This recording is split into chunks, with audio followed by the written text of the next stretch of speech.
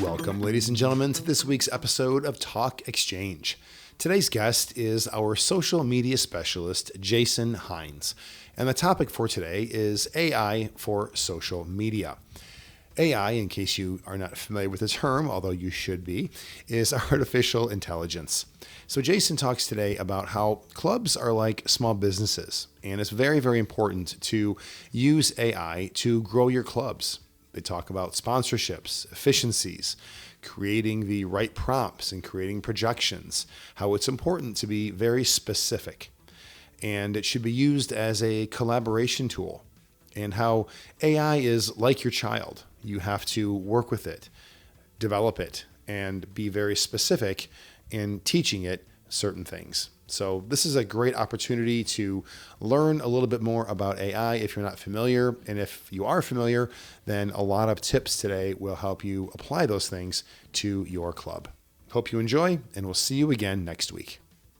Welcome to Talk Exchange. I'm Tracy Edwards, CEO of the National Exchange Club. And I'm Christy Lindahl, Director of Communications.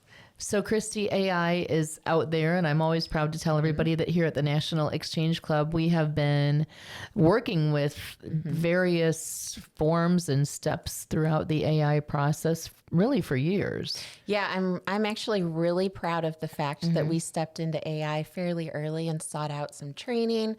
You know, I've sat through various webinars and courses, and so have the staff, and it's been really, really helpful for us. Absolutely. And there are so many ways that clubs can maximize their efforts with AI. And we're excited today to have our social media specialist, Jason Hines, who's also the owner of Sales Funnel Marketing.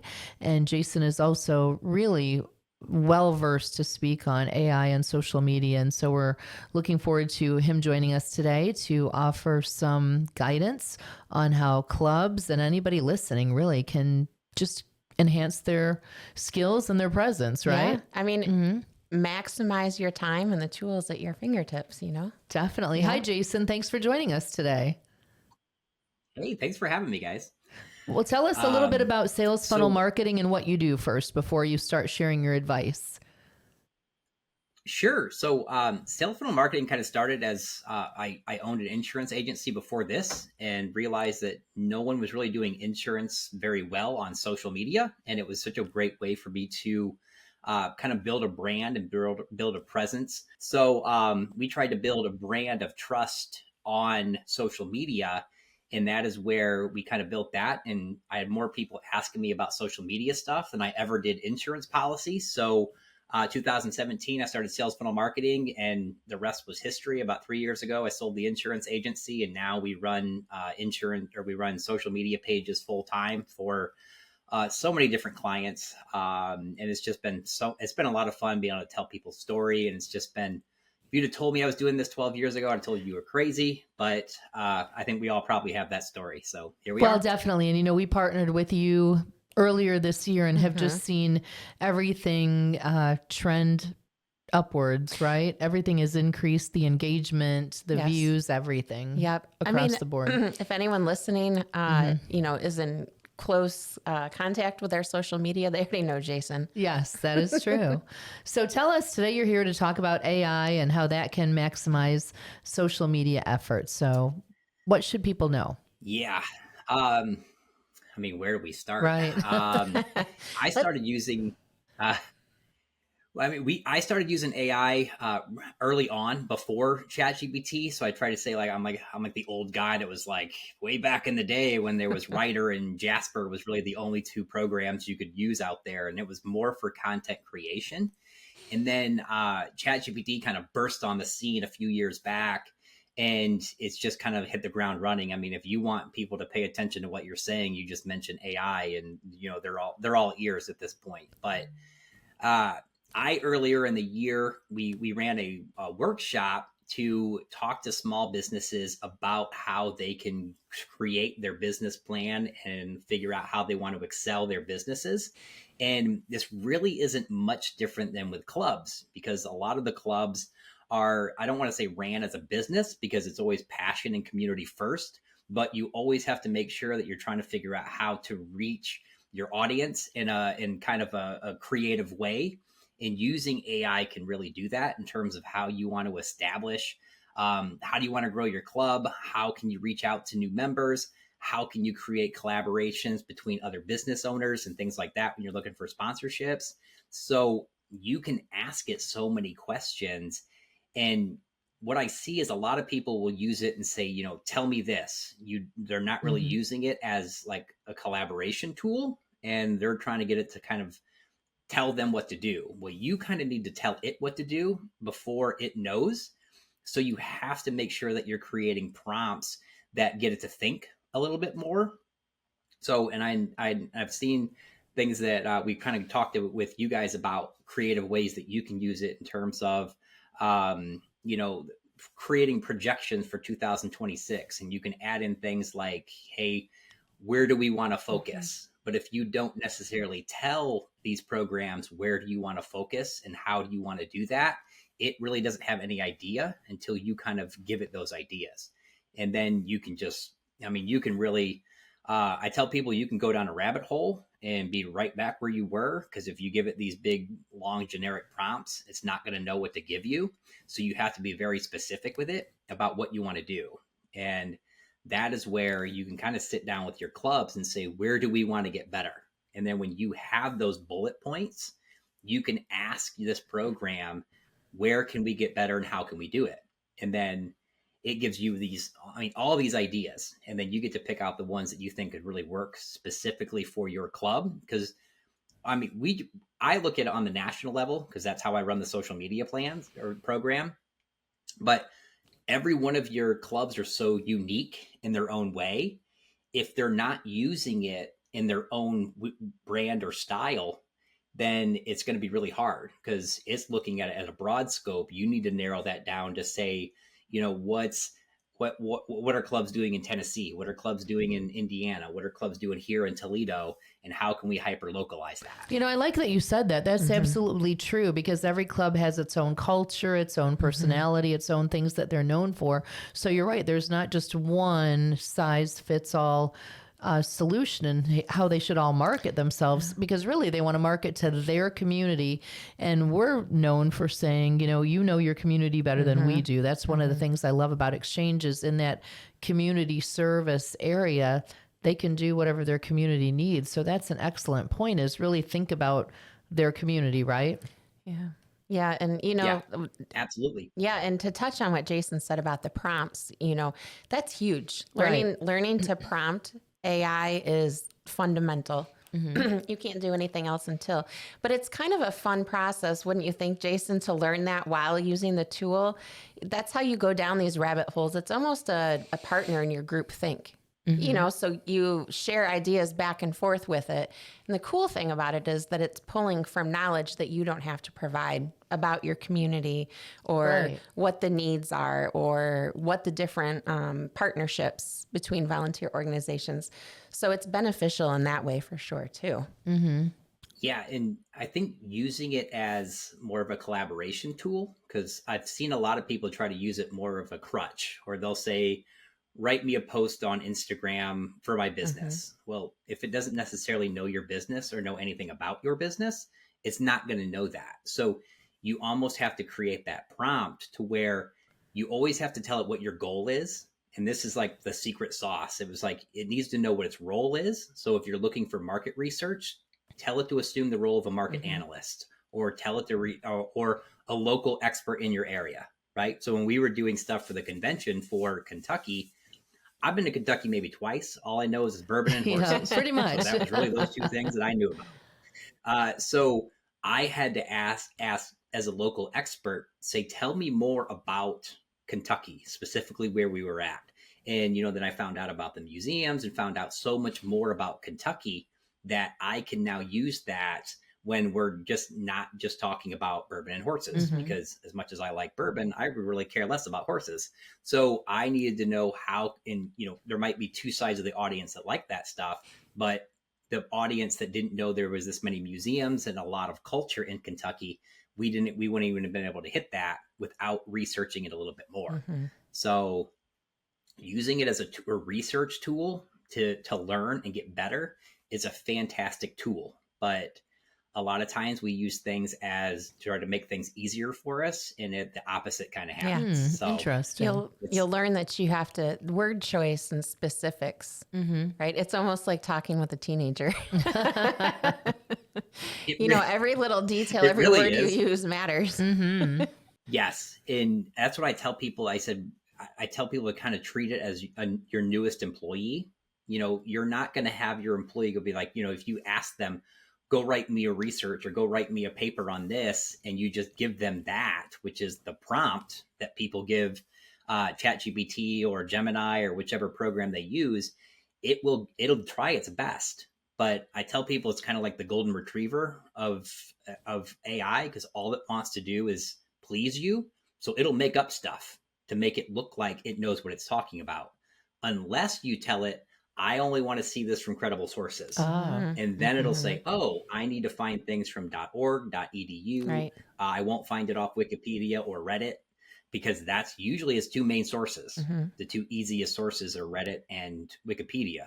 And I can go change things on Wikipedia right now and be an expert on something, but we all know kind of how that goes. So yeah. And then you would even have to say within the past 2 years or 6 months, or otherwise it'll draw from the 90s. Don't want that. It's very literal. If you don't, yeah, and it's always a year behind, because its language model is a year behind. So I see it a lot with dates. A lot of times people would be like, write me a event, write me a description for our event. And then almost it trips me up every time when I'm doing one for our networking group, and it'll say, Wednesday on this date, and the date will always be wrong. And then I'll have about 5 people sending me messages being like, hey, that date's not right. So then I got to change it in the graphic and everything else. So, if you don't say search it from the web, because it'll find it from the web, but if you don't, it'll find it from its language model, which is 2014. So that dates and it's being as smart as it is. A lot of times, simple calculations, simple formulas throw it off quite a bit. So I always tell people to ask it if it understands that, or it needs to fact check it. Because there are AI programs that there's one called Manus and one called GenSpark that will allow you to fact check anything that you can come up with, and it'll scan everything and say, okay, it's 27% factual, and then all the rest of it is just hearsay. So then you can kind of say, do I want to post this, because it's not necessarily as factual as we want it to be. So you can kind of do a lot more research on it too. Interesting. How could a club use this to, for example, search out maybe who to invite to an event, or how do you use it? I know a lot of clubs are very interested in that. What do you suggest in terms of that? Yeah. So one of the cool things, because I look at it as a business aspect for my company and other companies that we're working with, but one of the coolest things is there was somebody that was asking, they were trying to find sponsorships, right? And they're like, we always find the same probably 12 people and ask them for sponsorships, and we always feel terrible asking them the same 12 people. So I told him, I said, you can, since all of like businesses are public, you can ask any of your AI programs to find me all the local businesses in my area that might want to collaborate and are really good with giving back and nonprofits, and it will create you a spreadsheet with all the names and emails and phone numbers. So instead of you Googling it all, which used to take forever, and you'd probably sick Kelsey on that, and she'd be there for 12 hours a day trying to like look up, like scrub phone numbers. You can just ask ChatGPT to do it, and it's really good with pictures. So I have taken, everybody has those big community boards that has all of everybody's like business cards on it. I snapped a picture of it at a coffee shop and then imported it into ChatGPT and said, can you give me can you scrub the name, emails, and phone numbers of every business card and the business?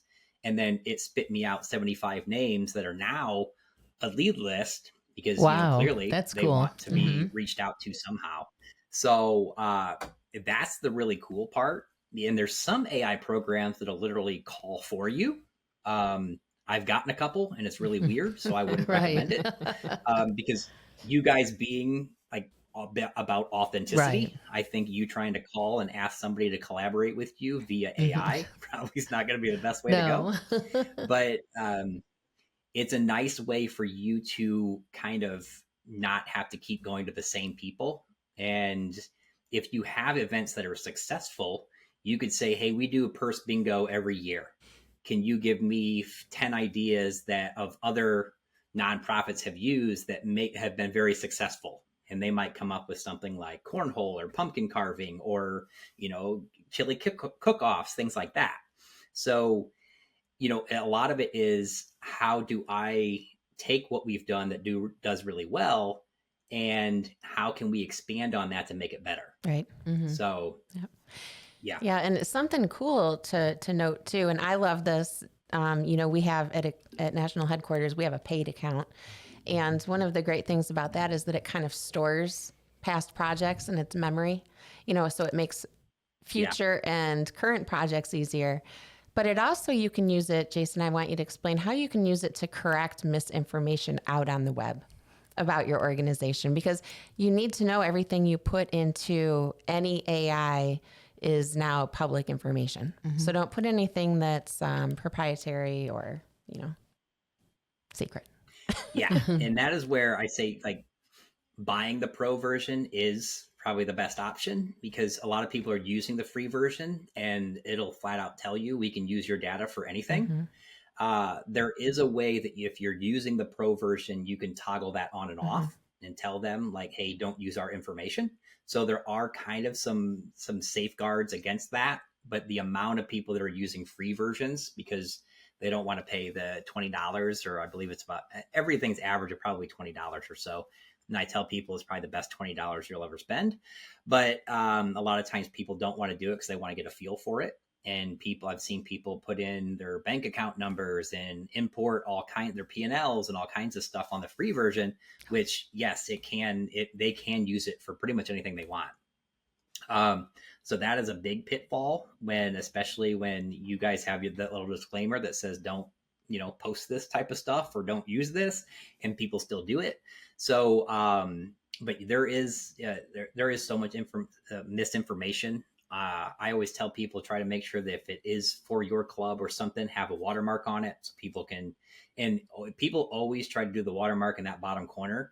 Don't do it in the bottom corner. Do it somewhere where someone cannot easily crop it out, because there's been plenty of things out there that I'm like, I could just crop another half an inch and then their logo's not in there anymore. Just right dead center. So yeah, that I put it somewhere where and I mean, there's still ways to get rid of the watermark, but yeah, got to make them work for it a little bit. A simple crop out is super easy, but using a lot of those fact checkers, like I said, I think GenSpark is probably my favorite, but you can ask ChatGPT, be like, I need you to make sure this is 100% factually correct. And what it'll do, it'll say, we're thinking for a better answer, or it'll say it might take 1 to 2 minutes.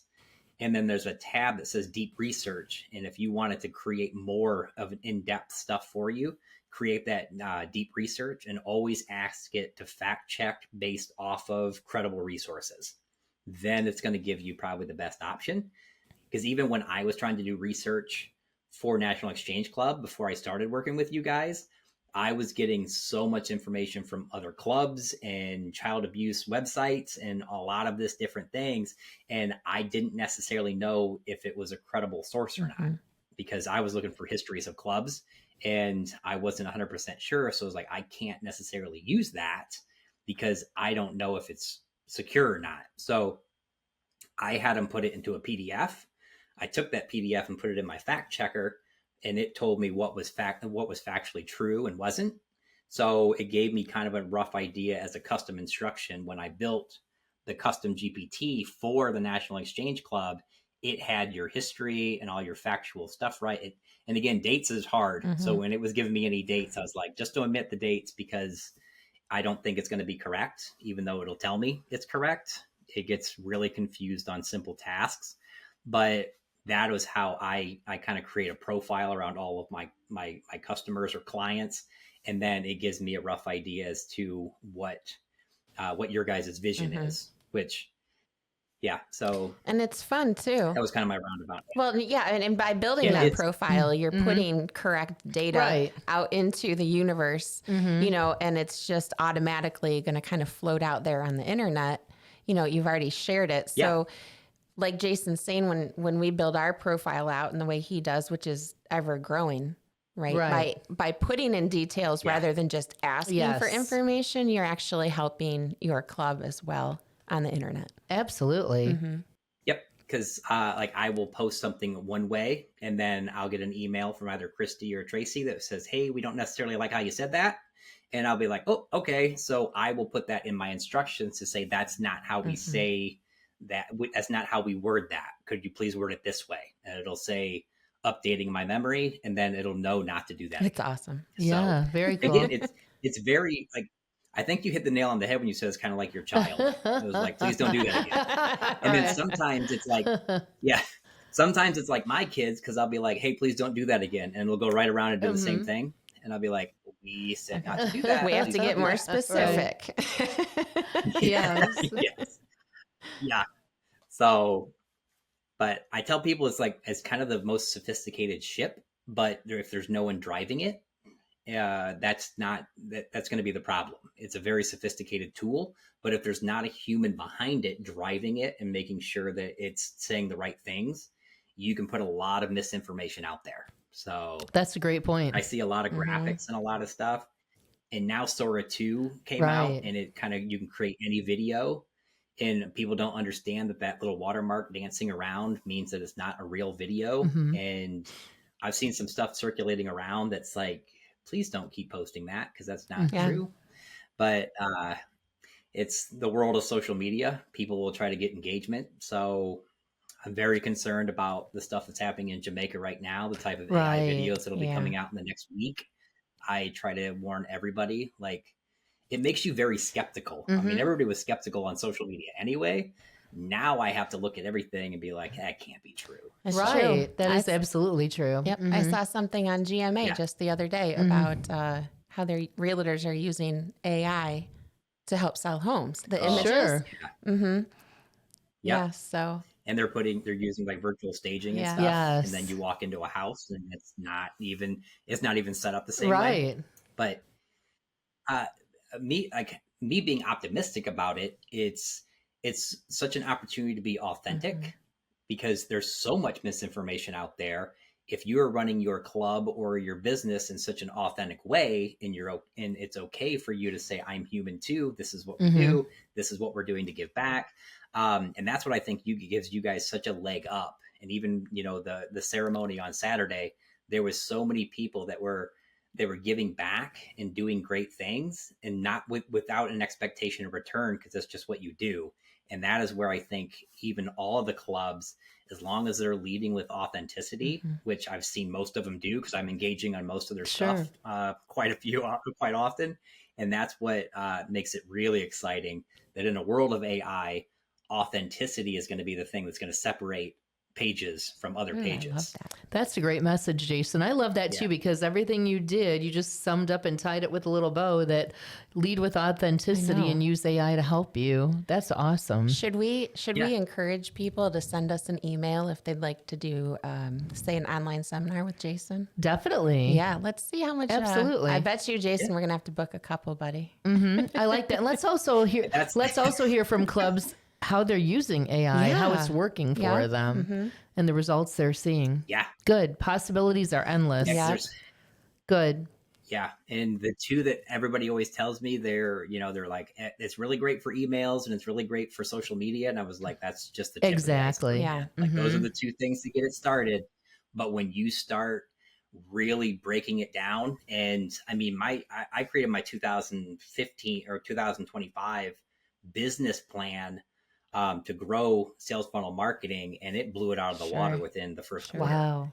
And the first one was create value by doing AI webinars, because that was what I said I like doing. And they said, well, if you offer that as a service, then people will come. And I've sold out every one of them, all 5 of them we've done. Awesome. So yeah, and it's just a way to give back, provide value, and if something good comes out of it, great. And if that, I look at it as if one person showed up and we can help one person, awesome. But when 70 people show up and you can help all of them, even better. Absolutely. Yep. So, yeah, I mean, I think, and that one of the great things too, I want to mention, Jason talks about authenticity versus what's really going on out there. When you get something, I bet you got your business plan, Jason, and you didn't just say, okay, this is what we're going with, right? You reviewed it, you edited it. You probably went through several versions and several steps of the process before you got to something that was actually, like we've seen, you're not going to get a CEO position if you get your resume from ChatGPT. Right. Okay. It's not going to happen. Exactly. And another thing that you can, I mean, you can use it to help you. Start you out. Yeah. Because, I know another concern for our clubs and really any clubs, and because we obviously students are working with AI too, and so they're being asked to write essays, maybe college essays, maybe essays to win awards, and people are concerned, how do you validate the authenticity? And you just mentioned a couple ways that you can put it in and just verify if it's authentic, if it's legit, right? Yeah. ChatGPT has some tells. M dashes right now are huge. The long dashes. Just in the last week, ChatGPT loves to write the little ... which I find the most passive aggressive thing. And it's writing it like in all kinds of things that I'm doing, even in emails. And I was like, hey, this is a friendly email. Can you stop with the ... please? Right, interesting. And it'll, we call them ellipses. Yeah, I was like, did I like? And I don't know if it's my generation, because I'm like, are you mad at me? Like, why are you writing the ... It likes to do things in threes as well. If you see an email and everything has been emphasized in threes, your description of your event, the description of your attendees, the description of your awardee. Yeah. And it's one of the, because people are like, people like to say, oh, you used AI as a detriment. And I tell people, like, in 2026, about 94% of businesses are going to be using it. So the 6% of businesses that aren't using it are so anti AI, they're just going to be so far behind when they are forced to use it, because it's everywhere right now. People are probably using it and they don't even know they are. But if you're not using it to get better, like, this is the type of thing that, companies were spending tens of thousands of dollars a month to get this opportunity to have these statistics and these programs. And now we get them for $20 in our pocket. And we have the strongest tool to get better, but we're using it to create terrible social media posts and cat videos. So, but once you use it, leave the cat videos alone. Yeah, that's always been our perspective, though. Really cool cat videos. So I can't even lie. I love those. They're pretty amazing. They're great for engagement. I love them. Yeah, but anything with a cute animal eating, especially. Yeah. This is very similar, though, to the digital bill pay movement, or people using their cards to swipe. And now I can pay with my cell phone. And we were just talking in a previous podcast, people don't use checks anymore. I mean, it's the same thing. It is. Get on board or you're going to be too far behind. Yep. And that's exactly why we're having this conversation. We're excited about how we have used it at National Exchange Club, and we're excited for the opportunities for clubs. I'm sure we'll continue this conversation with Jason to help our clubs just maximize and promote their awareness. So it's been really exciting to work with you on this, Jason. We appreciate your time, and thanks to everybody listening. I hope you learned something and go do it. Yes, ma'am. So Brad will put up a contact email for us at National Headquarters. Please let us know if you have an interest in an AI seminar. Yes. We have a goal of providing people the tools that they need so you can go out and serve your communities in the easiest way possible. Absolutely. So if we can help train you on this, please let us know. Most definitely. Well, thanks to our guest today, Jason Hines of Sales Funnel Marketing. Look up Jason on all forms of social media. He does a great job and definitely handles our social media for the National Exchange Club. So thank you so much. Please visit nationalexchangeclub.org to learn more about Exchange and find a club near you. Thank you for tuning into this episode of Talk Exchange. Thanks, Jason. Thanks, Jason. Fantastic. You're a pro. Yeah.